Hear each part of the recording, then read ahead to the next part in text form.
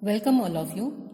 In this session, we are going to see how to design the Butterworth filter. Before going for the filter design, we must know the difference in between the analog filter as well as the digital filter. In case of analog filter, the analog filter processes analog inputs, and it generates the analog outputs, while a digital filter processes and generates the digital data. The analog filters are constructed from using the active and passive electronic components, while a digital filter consists of elements like adder, multiplier and the delay unit. The analog filter is described by a differential equation, while the digital filter is described by using the difference equation. The frequency response of an analog filter can be modified by using or by changing the filter components, while the frequency response of digital filter can be changed by changing the filter coefficients. So this is the difference in between the analog filter and the digital filter. So there are some advantages as well as the disadvantages of the digital filter. So what are those? Firstly, we will see the advantages of the digital filter. So unlike the analog filter, the digital filter performance is not influenced by the component aging, the temperature and the power supply variations. The second advantage of the digital filter is a digital filter is highly immune to noise and possesses considerable parameter stability here. The third advantage of the digital filter is the digital filters afford a wide variety of shapes for the amplitude and phase response. Now what is the fourth advantage? Next advantage of the digital filter is there are no problems of input and output impedance matching with the digital filter. The digital filters can be operated over a wide variety or wide range of frequencies. The next advantage of the digital filter is the coefficient of digital filter can be programmed and altered at any time to obtain the desired characteristics. And the last advantage is the multiple filtering is possible only with the digital filter and not with the analog filter. So these are the different advantages of the digital filter. As there are certain advantages, some disadvantages are also there. So what is the disadvantage? The quantization error arises due to finite word length in the representation of the signals and the parameters in case of the digital filter. Now these are the different advantages and disadvantages of digital filter. Now firstly what we are going to do? In our last video, we have seen that while designing any digital filter, what we have to do? Firstly, we have to map the analog filter from the given parameters. So here we are going to see how the analog low pass filter gets designed. Now the most general form of the analog filter transfer function is H of S is equivalent to N of S divided by D of S, where N of S is nothing but the numerator while D of S is the denominator of the transfer function. It is given as summation from I is equivalent to 0 to M AI S raised to I divided by 1 plus summation from I is equal to 1 to N BI S raised to I. Here H of S is the Laplace transform of the impulse response H of t. So what is H of S? It is nothing but the Laplace transform of impulse response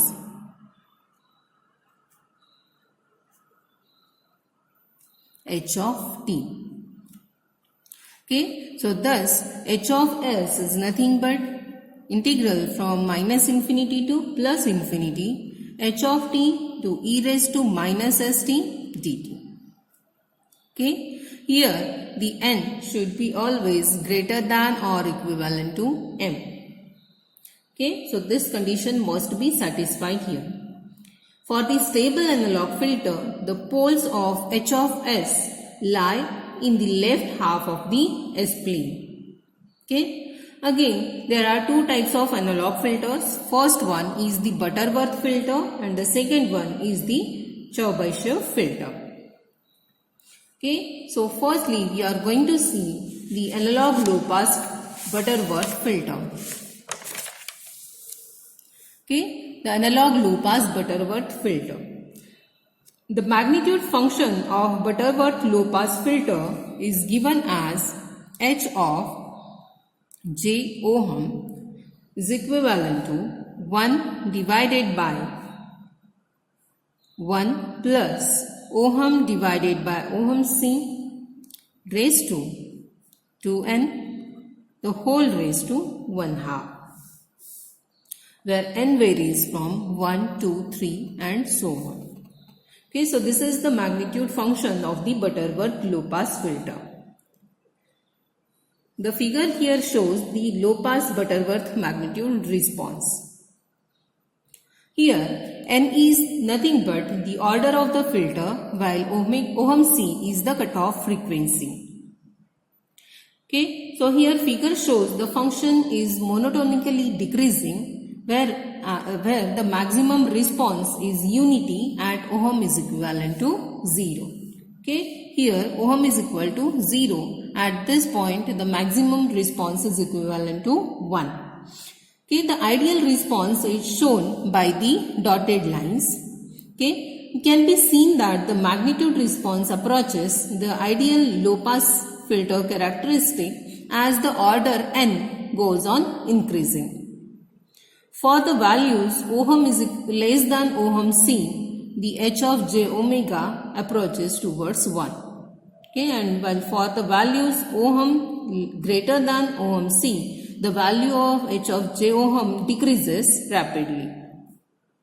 Okay, at ohm is equivalent to ohm c, okay, the curves pass through 0.707, which corresponds to the 3 dB point.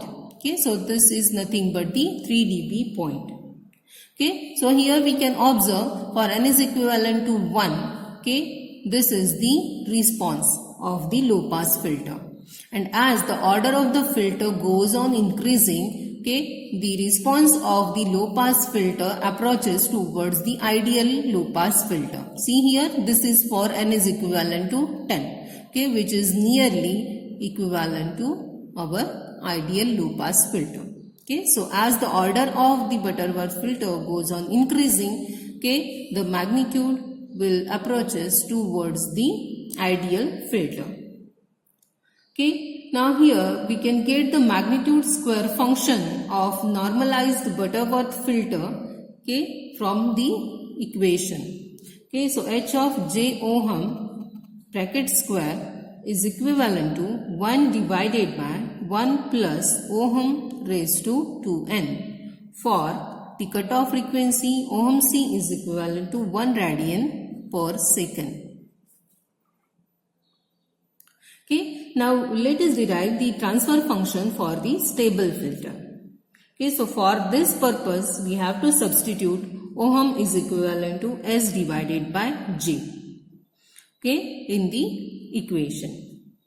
Okay, so h of j ohm bracket square is equivalent to h of ohm square, which is equivalent to h of minus s square, which can also be written as h of s into h of minus s. Now we can write this equation as h of s into h of minus s is equivalent to 1 divided by 1 plus, instead of ohm we have to replace s divided by j. So it is s divided by j raised to 2n. Now after simplification, what we have here, it is equivalent to, so h of s into h of minus s is equivalent to 1 divided by 1 plus minus 1 raised to n into s raised to 2n, which can also be written as 1 divided by 1 plus minus s square raised to n. This relation tells us that this function has poles in the left half of s-plane as well as in the right half of the s-plane, because the presence of two factors h of s and h of minus s. If h of s has roots in the LHS, that is left half plane, then h of minus s has the corresponding roots in the RHS or RH plane, that is right half plane. We can obtain these roots by equating the denominator to 0. Okay, so to obtain the roots, what we have to do? We have to equate this denominator to 0. So 1 plus minus s square raised to n should be equivalent to 0. Now for n odd, the equation reduces to s raised to 2n is equivalent to 1, which is equivalent to e raised to j 2 pi k. Now the roots can be found as sk is equivalent to e raised to j pi k divided by n for all the values of k, 1, 2 up to 2n. Okay, now for n even, what happens? The equation reduces to s raised to 2n is equivalent to minus 1, which is nothing but e raised to j into 2k minus 1 divided by pi. 2k minus 1 pi, which gives the roots as sk is equivalent to e raised to j 2k minus 1 pi divided by 2n for the k values equal to 1, 2 up to 2n. Now here we consider n is equivalent to 3, then the equation becomes, okay, s raised to 6 is equivalent to 1. Okay, this equation becomes s raised to 6 is equivalent to 1 here. Now for n odd, the roots can be obtained by using the equation as sk is equivalent to e raised to j pi k divided by n. Okay, replace the value of n here. So here s1 is equivalent to,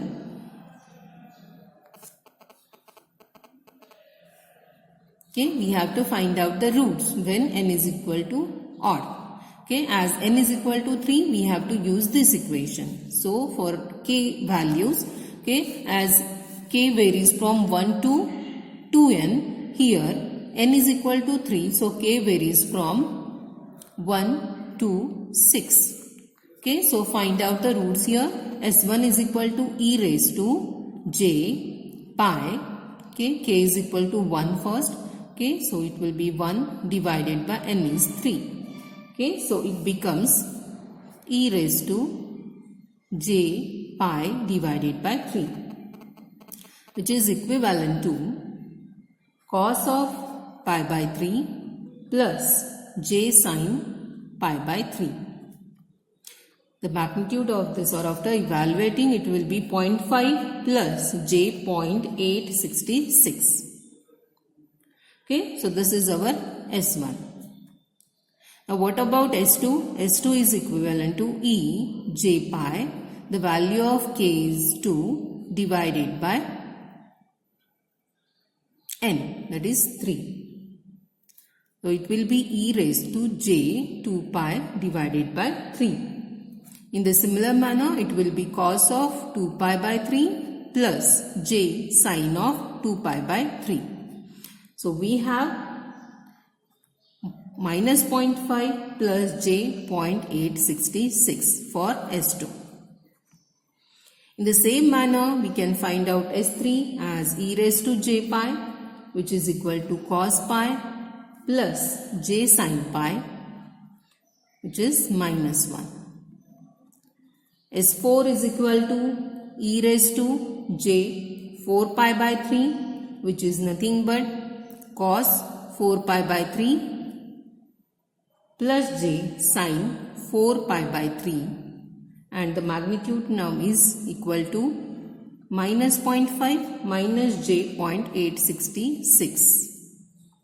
In the similar way, S5 is e raised to j 5 pi by 3, which is cos 5 pi by 3 plus j sin 5 pi by 3. So it is 0.5 minus j 0.866. And the remaining term, that is S6, is equal to e raised to j 2 pi, which is cos 2 pi plus j sin 2 pi, which is equal to 1. So here we have obtained the roots from S1 up to S6. So all these poles are located in the S-plane. So how to locate it? Okay, so here we are going to locate the S-plane. Sorry, we are going to locate the poles on the S-plane.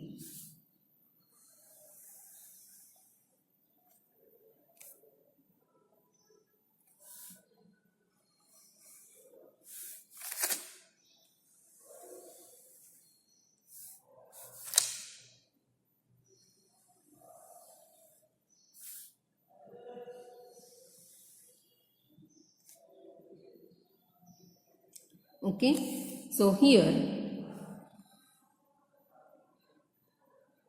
what is our S1 value? S1 value is 0.5 plus j 0.866. So it is located at this location. This is our S1. Okay, which is nothing but 0.5 plus j 0.866. Okay. So our S2 is minus 0.5 plus j 0.866, which is placed here. So this is our S2. Okay, S3 is minus 1, it comes here. Okay, so this is minus 1. S4 is minus 0.5 minus j 0.866. So here comes our S4. Here is our S5 and here comes our S6, that is equivalent to 1. Okay, so it is found that the angular separation between the poles is given by 360 degree divided by 2n. Okay, so it is 360 degree divided by 2 times n, which is nothing but 60 degree. Okay, and all the poles lie on the unit circle. Okay, so this is the unit circle. All these poles from S1 up to S6 lie on the unit circle here. Now to ensure the stability and considering only poles that lie in the left half of the S-plane, we can write the denominator of the transfer function h of s. Okay, so while considering the denominator of the transfer function, what we have to do? We have to consider only the left half plane. Okay, so that our transfer function will be a stable function. Okay, so in the left half plane, the poles are s plus 1 multiplied by s plus 0.5 of bracket square plus 0.866 of bracket square. Okay, so we have to consider these poles also. Okay, so in this way, after solving this, we have s plus 1 into s square plus s plus 1. Okay, so this is the denominator of our transfer function. Okay, so here the transfer function of the third order Butterworth filter for the cutoff frequency Ohm C is equal to 1 radian per second is given as H of S is equal to 1 divided by this denominator, that is S plus 1 into S square plus S plus 1. Okay, so as we are interested on the poles which lie on the left half of the S plane, the same can be found by using the formula Sk is equal to e raised to j phi k.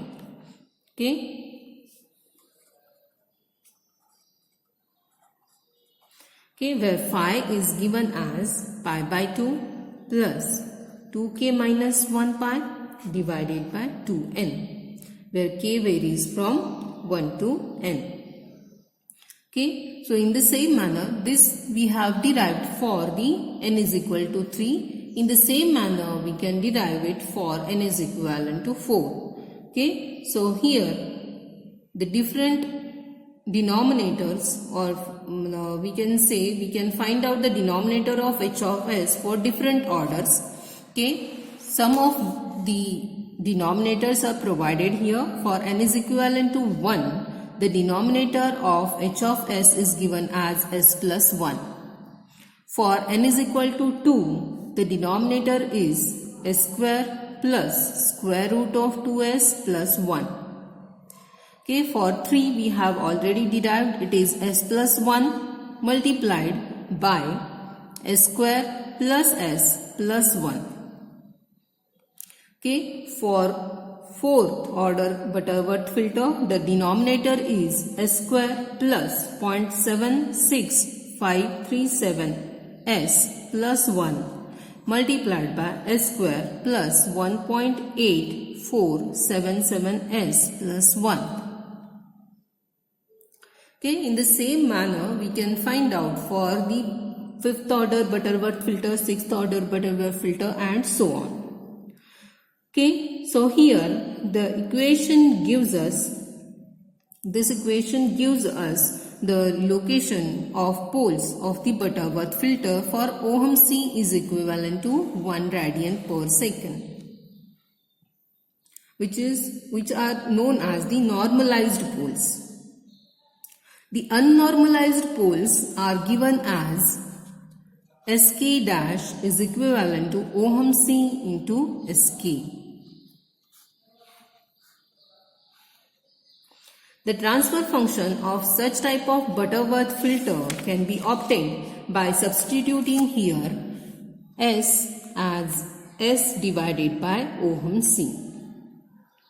Okay, in the transfer function of the Butterworth filter. So what we have to do? Firstly, we have to determine the transfer function for the cutoff frequency Ohm C is equivalent to 1 radian per second, which is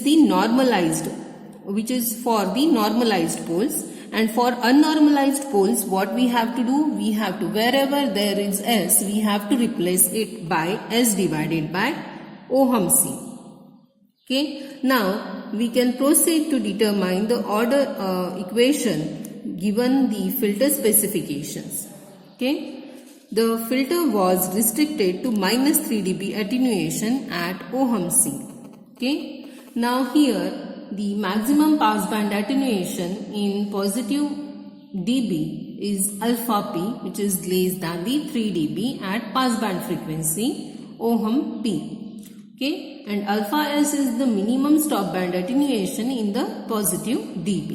Okay, so that the transfer function is given as H of j Ohm is equivalent to 1 divided by 1 plus epsilon square into Ohm divided by Ohm P raised to 2n, okay, the whole raised to 1/2, which is the square function can be found out by H of j Ohm square is equivalent to 1 divided by 1 plus epsilon square Ohm divided by Ohm P raised to 2n.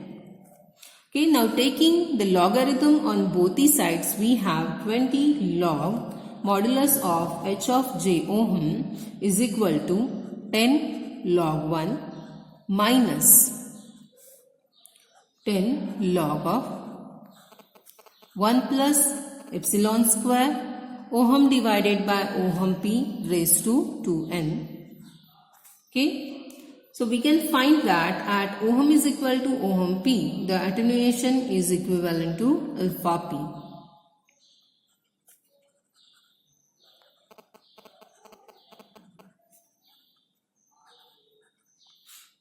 Okay. So the Butterworth filter equation can be written as 20 log of h of j ohm is equivalent to minus alpha p, which is equal to minus 10 log of 1 plus epsilon square. Okay, so at ohm is equivalent to ohm p, the attenuation is equivalent to alpha p. So we can substitute in this way. Okay, so ohm is equivalent to ohm p, this value becomes 1. Okay, so our equation will be like this.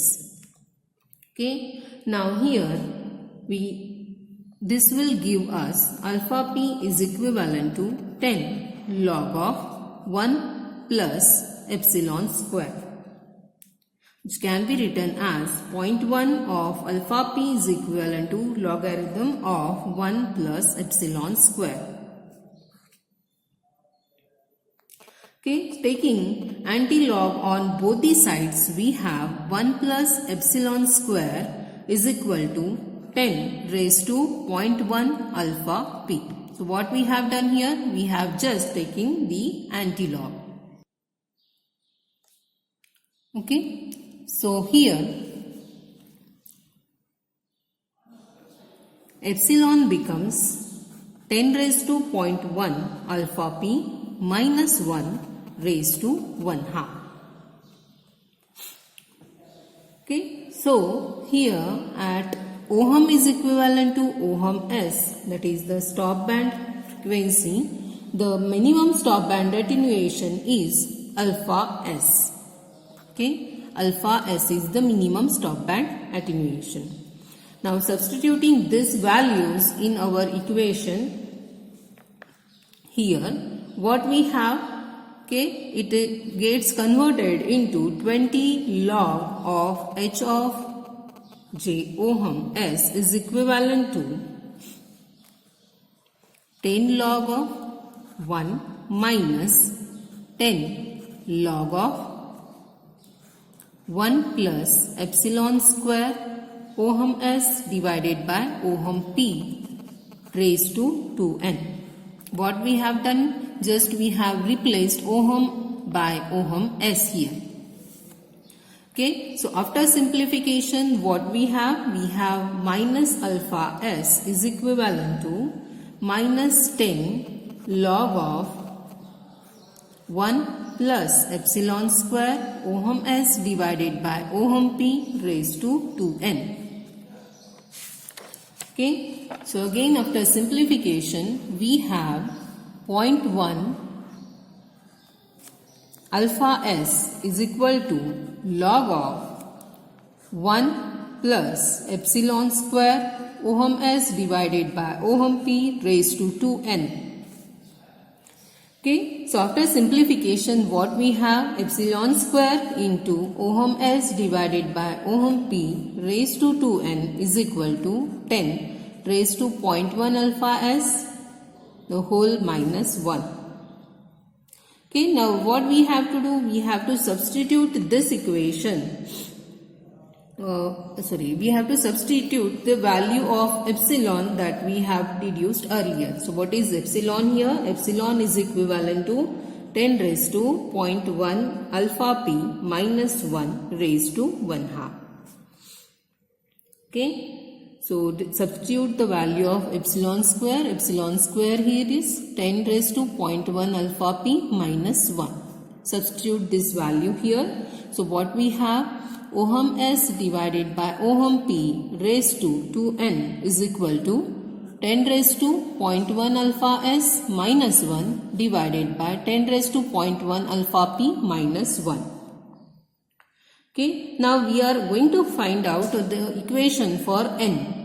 Okay, so what we have to do? We have to take the logarithm on both the sides. Okay, so after taking the logarithm, we have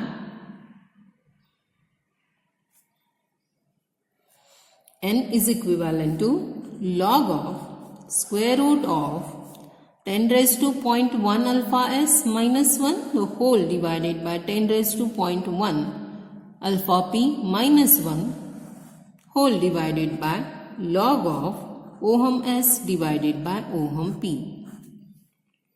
Okay, so this is the expression for the order of the filter. Okay, so what we have done? We have derived the equation to find out the order of the given Butterworth filter. Okay, now this expression normally does not result the integer value. So what we have to do? We have to round off the value of n here. So n is greater than or equivalent to log of square root of 10 raised to 0.1 alpha s minus 1 divided by 10 raised to 0.1 alpha p minus 1 whole divided by log of ohm s divided by ohm p. Okay, so this is the expression for the order of the Butterworth filter. So we can simplify this further as log of lambda divided by epsilon whole divided by log of ohm s divided by ohm p. Okay, so where epsilon is equivalent to 10 raised to 0.1 alpha p minus 1 raised to 1 half and lambda is equal to 10 raised to 0.1 alpha s minus 1 raised to 1 half. Okay, these are the parameters. Okay, so here for simplicity we can define the parameter a and k as follows. Here a is equivalent to lambda divided by epsilon which is equal to 10 raised to 0.1 alpha s minus 1 divided by 10 raised to 0.1 alpha p minus 1 raised to 0.5 and k is equivalent to ohm p divided by ohm s. Okay, so after replacing these values, n should be always greater than or equivalent to log of a divided by log of 1 by k. Okay, so this is the equation to find out the order of the Butterworth filter. Okay, so for analog low pass Butterworth filter, the order of the filter can be determined by knowing the values of a and k or the values of lambda and epsilon. Thus, we can find out the order of the Butterworth filter by the given parameters of the analog filter. I hope this session will be helpful for you to find out the order of the Butterworth filter. Thank you.